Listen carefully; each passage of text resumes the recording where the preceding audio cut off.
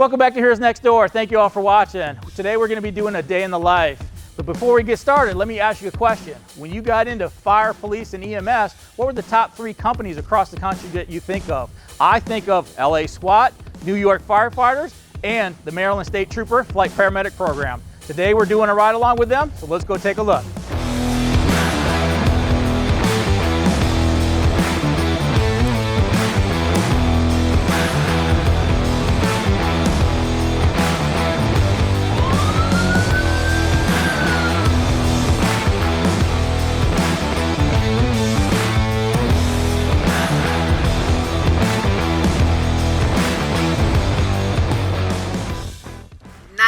What's your emergency? Help! My brother just fell off the ladder! Where are you located? I'm in Ocean City. Can you send somebody to help me? He's really hurt. Is he breathing or moving? Yeah, he's breathing, but he's not moving. Okay, we are going to dispatch someone right now. I'm sending them to your address. I need you to stay on the line with me, and I need you to just keep an eye on your brother. Oh, all right, I'm sorry, what'd you say? Just stay on the line with me, and I'll stay with you until they arrive. Okay, hurry, please, hurry. They should be there in just a few minutes. This scenario starts with a dispatch from the 911 center saying that there was an accident in Ocean City, Maryland. We had a male subject fall off a construction ladder and was injured enough that they required a flight to the local trauma center. So the local EMS were able to package the patient, and they're the ones that called for the aircraft, as it normally would be. They're already preset and ready to receive the aircraft, and what we're going to pick up on is us coming in to the landing zone. We kind of do a circle to make sure there's no hazards, and as you can see, as we're coming into the landing zone, there's a fire engine there, there's the ambulance there, there's other state troopers there to help secure that zone so we have a safe landing.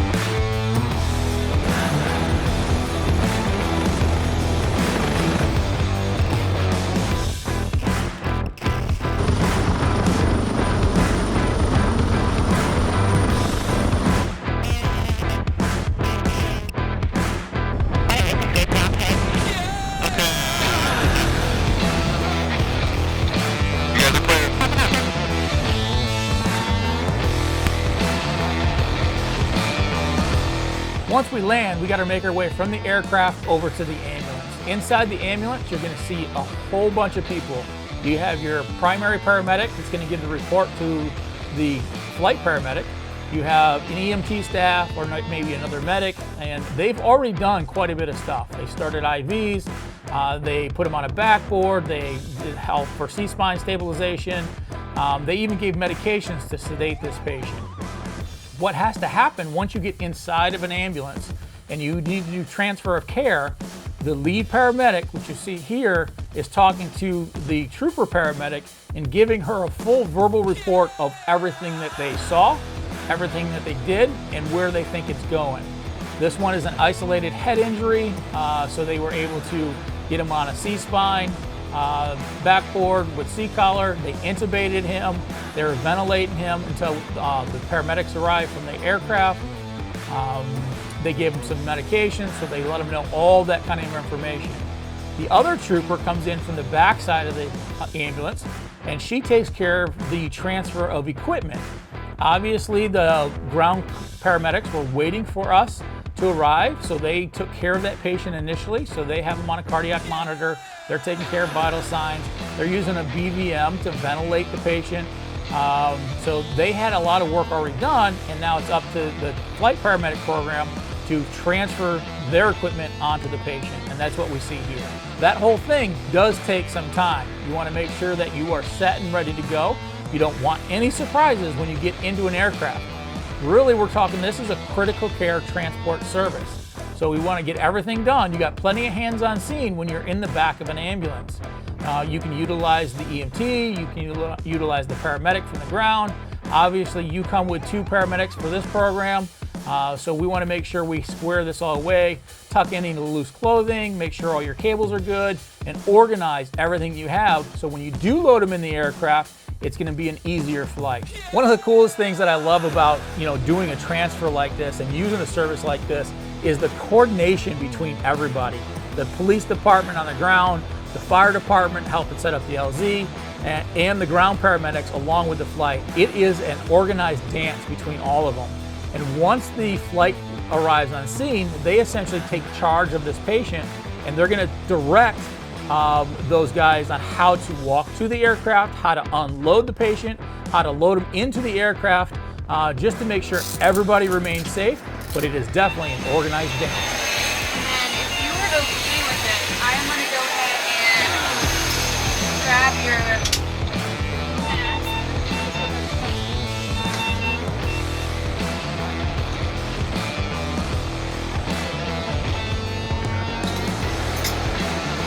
If you could do me a favor and just bring my bag down to the radio cover, you come up us to the okay. Alrighty guys.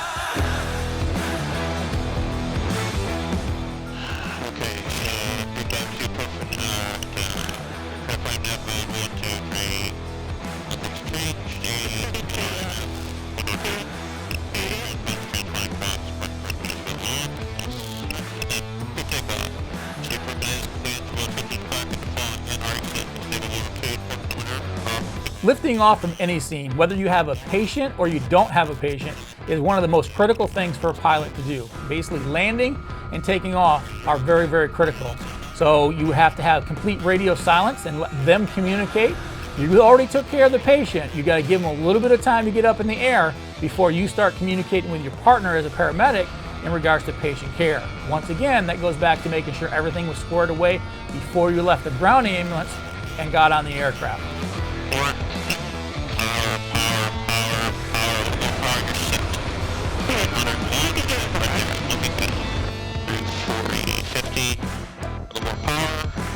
As you're in the air, now it's time to reassess your patient. You want to make sure that the vent settings are correct. You want to make sure that he's breathing adequately with those vent settings. Make sure your medications and your IV drips are hanging up. Rechecking all the vital signs, your blood pressure, end tidal, pulse ox, heart rate, all those kind of things are very important. And you can see here, As we start to travel towards the trauma center, both these paramedics are communicating with themselves on what's going on with that patient and what they may need to do in order to get that patient to the trauma center appropriately.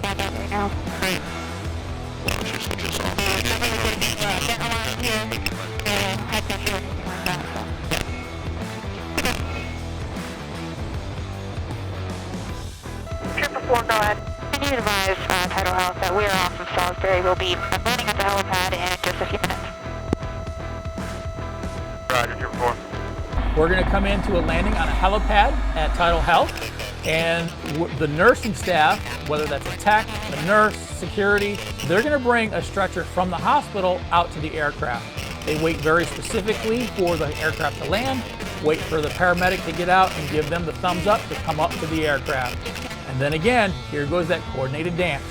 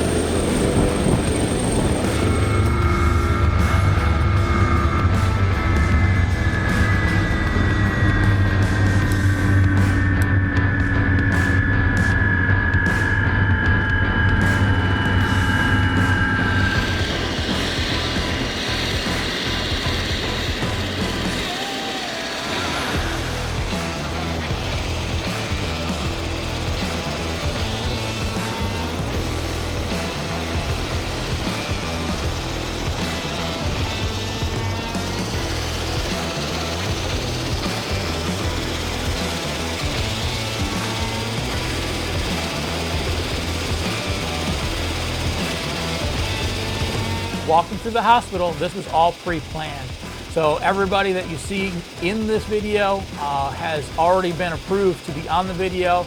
There is no HIPAA violations, and what HIPAA is a Privacy Act of information. We don't want to show any faces that of quote-unquote real patients. This is a fake patient and scenario-based, so do not be alarmed of the different things that you see as we transfer from the elevator into the trauma bay.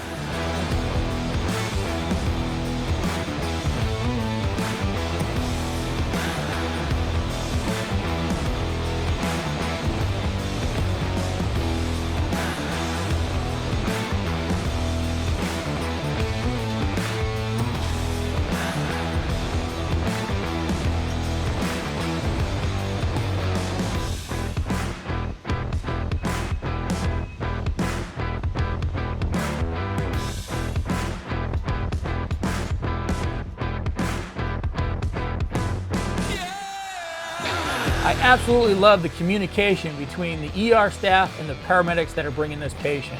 You know, we all load into a small elevator to go down to the trauma bay, and at that moment in time, the ER staff actually asks, how are we doing, or how are the paramedics doing for the day?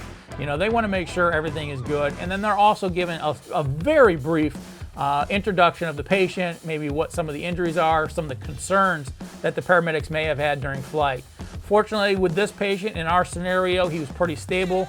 They did have to give some more medications en route, but he was a very stable patient, very sick patient, but very stable patient. And then we got to transfer from the elevator to the trauma bay and give another report from now the flight paramedics to the entire ER crew and let them know what's going on, if they had any changes in their assessment, any new medications they might give, and actually they need to now relay the information they got from the ground service to the emergency room. So there's a gap in between there, and we want to make sure that story is accurate. How far did he fall? What did he fall on? You know, what were the injuries that were there? All those kind of things are very important when you do a transfer of care into a trauma bay. How you guys doing today? Good. How are you? Good. How you doing? Good. We got this guy from Ocean City. He fell off a ladder. So not a good day for him. We'll give a full report when we get down to the room, but he's been maintaining pretty well on the job.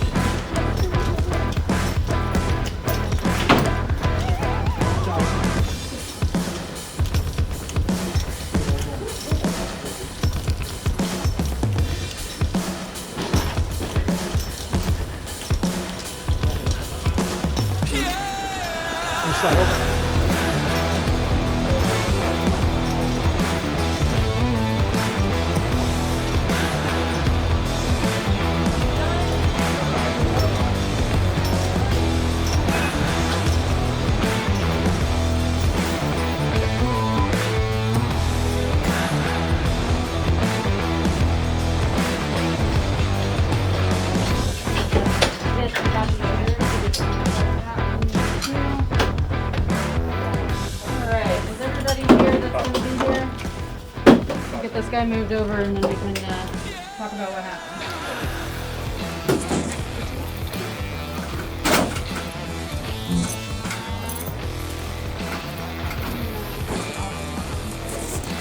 Sorry.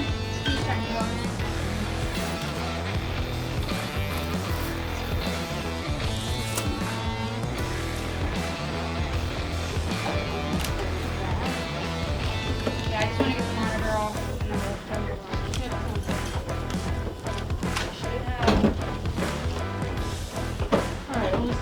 As we're in the trauma bay, the paramedics from the flight program now have to, like I said, transfer that care to the nursing staff. They are still in charge of that patient until that patient leaves the stretcher and goes onto the hospital stretcher. So they're going to coordinate, what they have as far as vent settings. They're going to coordinate any of the electrical EKG cords, blood pressure cuffs. All that's got to come off the patient, because now it's going to go on to the emergency room's equipment, and then they kind of transfer over onto the bed and give a full detailed report. This paramedic does it absolutely perfect. You couldn't do it any better. Everybody ready on the count of 3? 1, 2, 3. Perfect. All right, everybody ready for a report? Okay. This is a 29-year-old male from Ocean City. He had a fall off a 16-foot construction ladder. Upon EMS arrival, his GCS was 6. They elected to do RSI with ketamine and sup. He was intubated below inside 802. No problems with intubation, not a difficult airway. Seems to be isolated head injury, found no other trauma. Pupils have been sluggish to react. We did have to give one more dose of ketamine for sedation on our way here. Other than that, we got blood sugar. It was normal. Vital signs have been holding out well. And we've had him on our event settings as well. Pass them with you guys in a moment. Any questions? No? All right. Thank you. Wow, what an awesome day working with these guys. It was nice to see how they operate from the scene, in the air, and all the way to the hospital. These guys are true professionals. If you're ever interested in joining them in a career, go to mdsp.org/careers and start filling out the application. They need the help. They'd love to have you. Before we end this, do us a favor. Hit subscribe, hit notifications so we can keep doing more. Those likes really help us build that 100,000 subscriber mark. We want to get to that by the end of the year. Thank you for joining us, and we'll see you again next week.